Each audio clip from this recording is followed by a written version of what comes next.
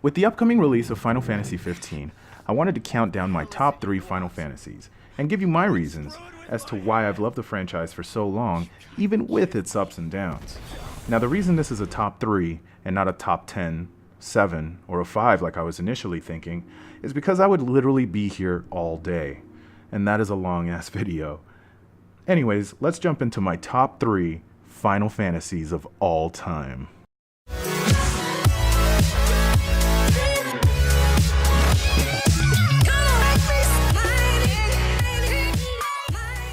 Let's start off with my number 3, Final Fantasy IX. Final Fantasy IX was a return to form, as the world looks more colorful and fantastic. The characters in this game were more lighthearted and comical, as opposed to its dark and dreary predecessor, Final Fantasy VIII. Matter of fact, it's Zidane and crew that hold this game up. What really anchors or bogs the game down, though, is the difficulty towards the end, where nearly every random battle takes as long as a boss fight. Or maybe that was just my experience. Let me know in the comments below how your experience went with this game. Trying to find the Final Fantasy to fill the spot for number 2 was really difficult for me because it really just came down to 2 individual games.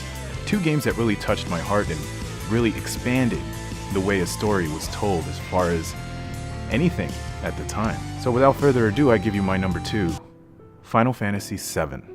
Now I know some of you are going to be like, Final Fantasy VII is the best. How could you pick anything else for number 1 aside from Final Fantasy VII? Well, let me give it to you this way. Final Fantasy VII was a beautiful, masterfully directed game. And it gave us something in the way of 3D modeling at the time, which hasn't held the test of time, honestly.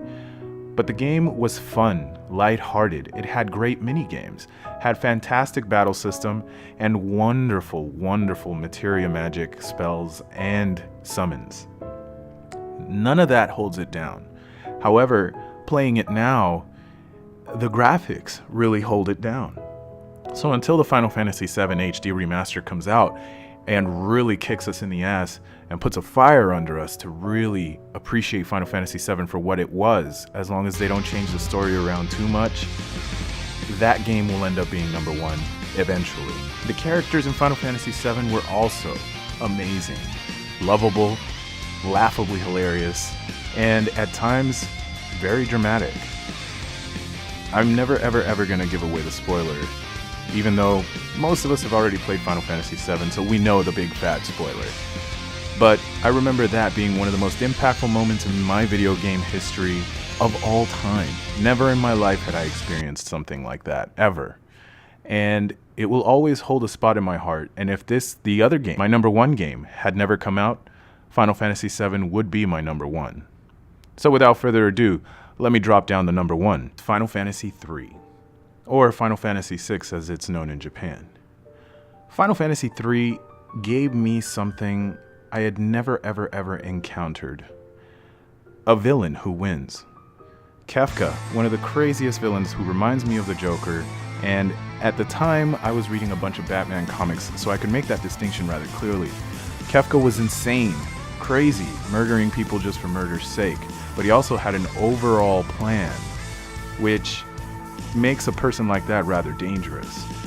He actually wins halfway into the game, and you find yourself in a predicament where you lose your entire party. You don't know whether anyone's lived or died. If you play your cards right, nobody's died. Sometimes you lose a couple characters here and there. And that was a big thing back in the day because nobody was willing to kill off characters. And it wasn't until Final Fantasy VII that really pushed the envelope as far as the emotional impact of killing off characters. But in Final Fantasy III, the impact of losing multiple characters was immense. And you literally have to go out into a destroyed world that Kefka runs, and runs with an iron fist. Soldiers abound in every village, and you literally have to find all of the characters all over again, as long as they haven't died, in order to continue on this quest to save the world and bring it back from its perilous end. This game will always hold a special part in my heart. I played this game to death. I can't even remember the number of how many times I've played this game. The graphics were fantastic, and it's always a game that I can come back to, because now with retro games being as popular as they are, this game looks great, even now. And I'm not advocating emulation or anything, but I do have this game on an emulator, and the emulator has a filter that makes the game look like a painting. So if this game was ever re-released in its original form in an HD version, it would look fantastic with a new filter and upgraded 1080p pretty much. But the game itself looks beautiful. It stands the test of time due to the pixel art and how beautifully composed the music is in this game. You fall in love with each and every character. The main protagonist, she is damaged. She doesn't remember much. Tara has a hard time trying to grasp what's going on around her as she's being led from adventure to adventure. The magic in this game is fantastic. The eidolons in this game are fantastic.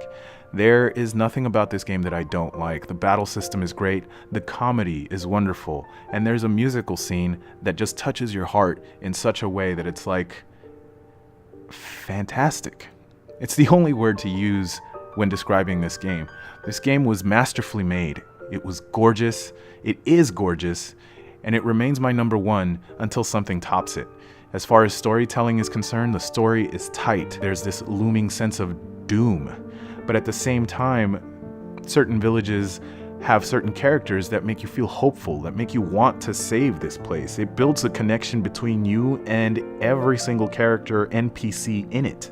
And that's a rare feat for any game to pull off, much less something from way back in 1996. This game is amazing. I would highly suggest it to anyone who hasn't played.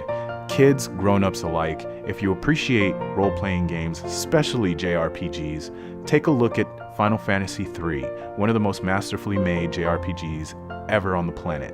And you guys can challenge me if you want in the comments below. Give me your top 3 lists of Final Fantasies, and let me know which ones and why they're your top 3. I'd really like to hear from you guys. Feel free to tweet me at TheRealRock1 or send me an email at rockychavez30@gmail.com. You can send me your questions, suggestions, and anything really to make my content more appropriate for the people or, the target demographic that I'm trying to shoot for. But those are my top 3, guys. This has been one of the best videos I've made. I feel really attached to Final Fantasy. I grew up with it, and it took me away from a lot of dangerous situations and a lot of harmful things that could have hurt me in the past. I hope video games have done the same for you. I know a lot of times people think that video games are for kids and, there's a stigma about it. But there's just something magical about it. It's just like reading a book, except, it brings you into the story and you find yourself in this fantastic place where you just feel at home. So I hope video games have done the same for anybody who's actually played it, especially RPGs. RPGs are great. And hopefully we get a return to form in JRPGs with the Final Fantasy 15, as well as Final Fantasy 7 HD Remake, and the new Kingdom Hearts. I'm looking forward to all 3 of these games, and I plan on playing them to death as well. As always, I will catch you in the next one. Thanks for watching The Rock Plays.